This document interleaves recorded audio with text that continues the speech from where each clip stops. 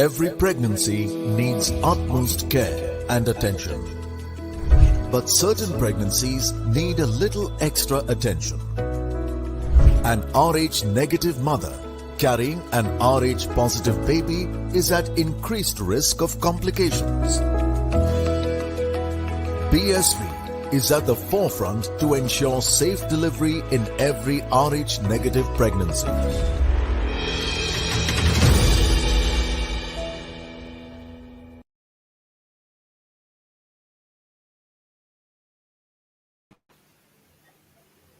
Hello and welcome to the Outside View, brought to you by Women's Cricket Zone and presented by BSV, Food and Wellness, MRI Hospitals, Puma and NPL. Spin heavy day, emotion heavy day. I don't know how to put it in words, but probably our experts would do that for us. I have alongside me Britney and Shathira, West Indies, yet again pulling a stunner.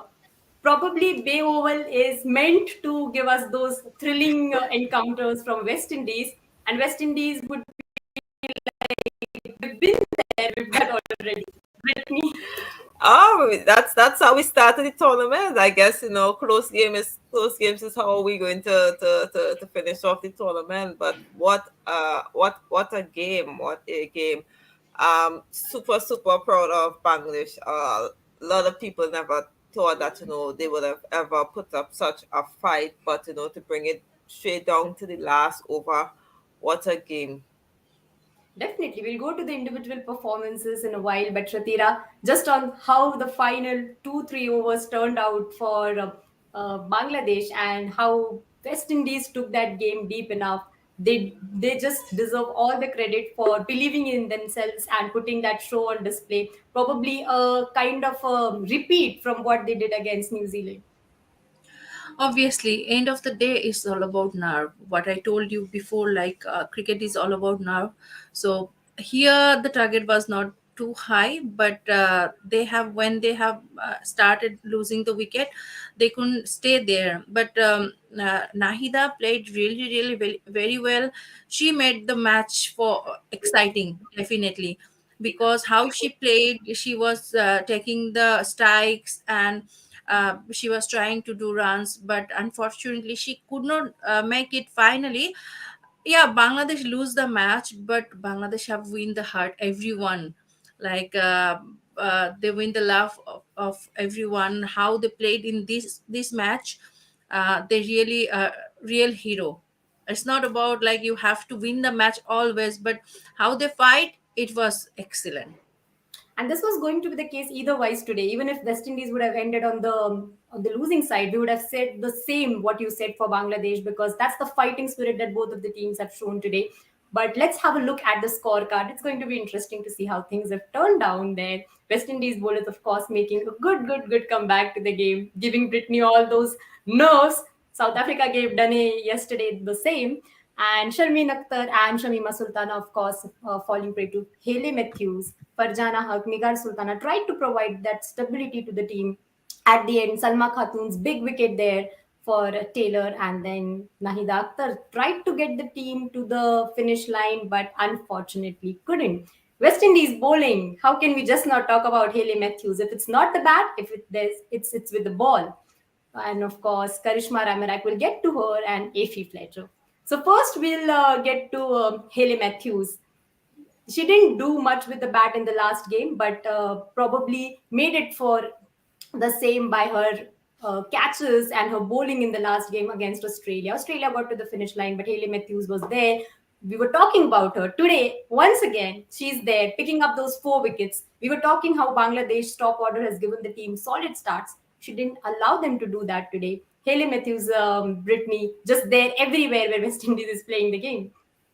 You just can't keep her out of the game. You just can't. Like today she didn't perform with the bat, and she just like, okay, now I have to do extra with the ball, and she did. She's I mean, every game she just keeps delivering for West Indies. She just keeps delivering another player of the match performance somehow. Definitely. And that's what Bangladesh batters were asked difficult questions by HAYLEY Matthews in the beginning. Your views on how Haley Matthews performed in this today's match. Probably that was the early momentum that West Indies needed, and Haley Matthews provided that, and the other bowlers were able to capitalize on that. Shathira. Yeah, obviously, the first wicket was very important, and when she took wickets in early in the moment, then that time she changed the game. Actually, it's all about 4 runs. Now, if our opener Shamima hits the four, the end of the day, the match was ours. But she did very very well. Look at her economy rate 1.5, and it was like 10 overs, 15 runs is tremendous. Whatever it is, if she got wicket or not, it's not important. The important is economy rate, how she bowled. And when she was bowling so much economy, and that time she got the wickets as well. And end of the day, she is the hero of the match. Obviously, she did very very well, and she bowled in the right channel, and it was very difficult for Bangladeshi batters to handle her. You just mentioned about the economy, and that brings us to Karishma Ramarak. What an incredible spell from her. 10 overs, 15 runs. How can you just not be in awe of her performance today? Help the other bowlers to build in that kind of a pressure, taking a total of defending a total of 140 and taking the games deep enough. You need a lot of dot balls, and that's what Karishma Ramarak did today. How impressed were you with her, Britney?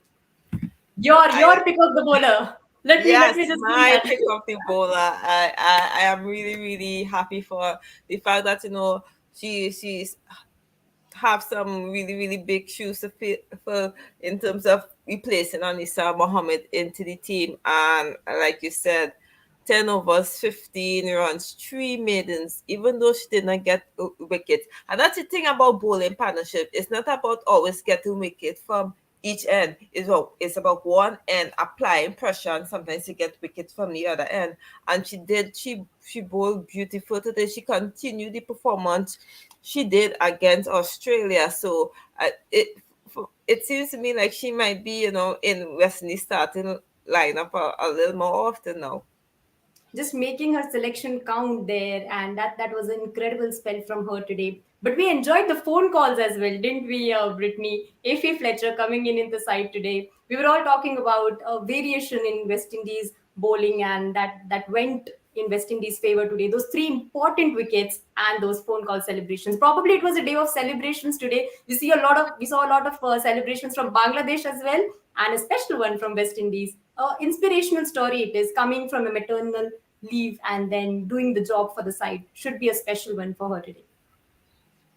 Yes, very much so. After Fletcher has always been that go-to bowler on West Indies team, and she not being part of the team for because of maternity for the past year. It showed that it showed that West Indies was missing her. But this young bowler of from St. Lucia. I don't know why she name can't get. I don't want to call her by her nickname, so I want to make sure I get. Yes, Kiana Joseph. Yeah, she's been filling that void, but because of injury, she was unable to make it to the team. But after Fletcher has shown why she was one of the best leg spinners in the world. She was one of the best leg spinner in the world, and the fact that she's been out of the competition for so long, people might seem to forget how great she is. And I've been asking for her since the second game. I've been asking for her, and Yes. I'm happy that she finally get that opportunity. And just going forward, I hope that West Indies continue to pick their 11 based on conditions and the team. Definitely. And Shatira, we've seen those cute moments coming in from the inspirational mothers. Bisma Maroof the other day celebrated her 50 by looking at her daughter in the dressing room. Today it was A.F. Fletcher bringing in that special moment. More than, of course, we adore their cricket. We take a moment to cherish their wickets, their spells, their runs. But it's also about the inspiration that they bring to the field. And that's what we saw from A.F. Fletcher today. Yeah, obviously that's a great thing. And when you become a mother after that, the first tournament will be very difficult for everyone, because everyone thinks that everywhere, especially in Asia and Bangladesh, like after being mother, girls cannot play. But Bisma Maruf, Effie Fletcher, they prove it wrong. They are playing, and they did well. They're not only playing, they did well. That is the more important thing. If they're playing and not playing well, then everyone will say like, oh, after being mother, maybe her performance get down. That is not the thing. Once a champion player is always a champion player. It's just a matter of time, maybe 1.5 year or 2 year. After that, when she will come back, yeah, it will take definitely a little bit time, but after that she can come back to the shape. But unfortunately, I want to say, like, the trend is not here in Bangladesh. But they are lucky who is playing for Windies and Pakistan. They are getting the chance. But in Bangladesh, if you're getting married, that is one of the part. Maybe someone is kicking out from the team, and if you're going to give a birth of a baby, after that your career is finished. So I don't think so this thing should be happen everywhere, because uh, uh, uh, every women have to be mom once. So if they're playing cricket, they have to think about their career, and they have one personal life also. So it's a good thing, and it's a good rules for everywhere. So we wish in Bangladesh we'll get this chance again, because I know that after being mom, I was not in the team. So I'm playing all the domestic, but it is very difficult for me to go and join. And people talks a lot about that. Whatever you do, you have to perform well, that they are doing. If he is not doing well there, then maybe some people will ask about her maternity and everything. So she did really really very well, and I'm very happy for both of them. But they're celebrating with their baby, and they're playing very very well. It's an inspiration for everyone, every cricketer, Definitely. especially in Asia. Yeah, it's an inspiration, and it's probably these cricketers that taking the first step and breaking all the barriers and telling us how it's done. But coming to Shimane Campbell, there a lot of talks from behind the wickets. Come on, Effie, we should stop that one. Come on, Skippy. That was an amazing thing coming in from her today, Britney. Upping, probably making her efforts to up the morale of the side. Probably thinking of a career after cricket in commentary. uh, Campbell just did like exactly what the team needed. They needed someone to always be on them. You know, sometimes you go into a game, you hear the keeper or you hear support, and by the 15th over into the game, the players just get quiet and stuff like that. And you see that Campbell made noise right through the game, and she made sure that the girls them was always awake and always involved and always looking ready. So I'm happy that everybody Campbell is a chatterbox in the Caribbean. She is a really chatterbox. We don't always understand what she's saying, but she's a chatterbox. Definitely. And she was there today, keeping things light for the team. And that's what you need when you're defending a total of 140. But of course, defending a total of 140, as I say, it needed West Indies to make the Bangladesh batters. They had to brought in their plans in such a way that they wanted to make Bangladesh batters make mistakes there. And they were able to do that today, Shathira. What went wrong with the Bangladesh batting unit? Because they had a lot of time, as you mentioned in the mid show as well. They could have gotten to the line easily. They've posted good total when they were batting first. What went wrong for them today? Actually, I told you before that they don't need to be very hurry, but I saw that they're in hurry. They're in hurry. Everyone, when they are coming, uh, only Charmin, Farjana and Nigar took some time. Later on, Salma and Nahida got some time, but the middle orders like Ritu Moni and Fahima, they were in hurry maybe. And it was not difficult for anyone if they want to stay in the wicket and play calm, but they didn't do it. And Shamima, I'll say, especially Shamima, she's an opening batter, and how she got out in that ball. She was trying to play pool in that place, so it was not easy. And when she got out in that ball, that time I was thinking like maybe today they will collapse, because the starting is very important.